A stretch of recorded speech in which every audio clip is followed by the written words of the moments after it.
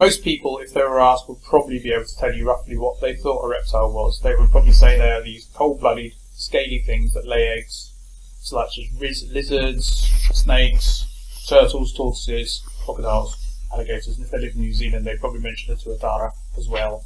But most people don't know what those are. I don't think, but I'm not sure. But is that really what they are? Well, not really, no, because the way animals and plants and everything are classified nowadays is in terms of clades. Now, I can explain what a clade is with reference to my family. I am Holly's and Daniel's father, and this child's father, and Liz is Holly's and Daniel's mother, and I form a clade with my children, and Liz forms a clade without children, but our nuclear family doesn't form a clade, because a clade is something which has a single common ancestor, and if I had a single common ancestor with my wife, it would be bad news. Although, of course, if you go far enough back, we do form part of a clade because we have a common ancestor in the form of Y chromosomal Adam and mitochondrial Eve tens of thousands of years ago. Now, it's all of the descendants of clades, and there is also something called a grade, which is a classification which includes similar organisms, but possibly with a bit plucked out the middle. Now, I can illustrate the problem with reptiles with this diagram, which is about to mess up the white balance, probably. Right, so that's all the reptiles: turtles, tuatara, lizards and snakes, crocodiles, alligators, caimans, birds, and mammals. Now, you're going to say, those are reptiles. Birds are something else, mammals are something else again.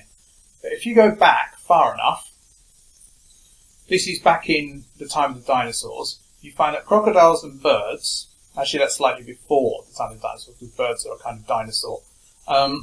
Crocodiles and birds have got a common ancestor, and these are still all separate. So you're sort of saying, well, crocodiles and birds are the same, and then the others are different. Then you go back a bit further, and you find, yep, snakes and lizards, yep, tuataras, and ultimately even turtles. And so you can group all of these together, or you can group these together and separate these, or you can group all of these together and separate these. Why would you want to do that? So if you go back further again, you find that even mammals have got a common ancestor, which is not surprising.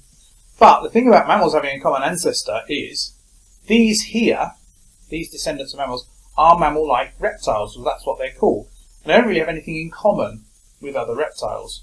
So what you're doing, rather than saying all of these are the same, well, these are the same, because crocodiles and birds seems a very unnatural grouping to us, is you're doing this. Reptiles are this sort of thing.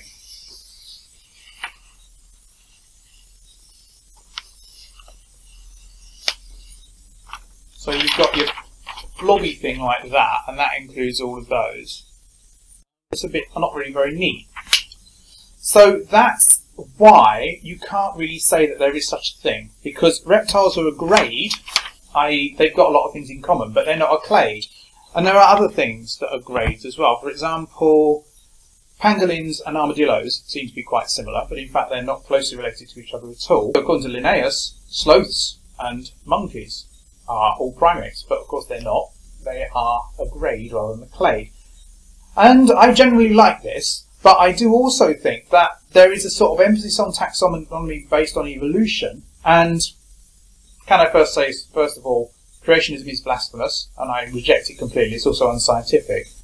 But creationism does also have this notion of a baramin, which is kind. And in fact, you can group things together as kinds. And this is what I think is interesting, because I think ultimately you could have a separate discipline in biology which is not based on evolution, which is to do with kinds, i.e. the things that are dog-like, things that are cat-like, things that are mouse-like, and so on, and group them all together and have a sort of mathematical model of what they are. And I think that's what we miss out on when we think about clades. However, clades do seem more real to me. That is the real classification. But obviously it does lead to some peculiarities. And that happens a lot in living things. It's just that reptiles are the best well-known thing. So basically, Reptiles do exist, but they're not a natural group that is all descended from a common ancestor, because then you either have to include crocodiles and birds together and exclude the rest, or you have to include everything and also the ancestors of the mammals. And you can't have both. So anyway, if you like this video, please rate, comment, subscribe and share. If you dislike this video, tell me why so I can improve, and I'll see you tomorrow.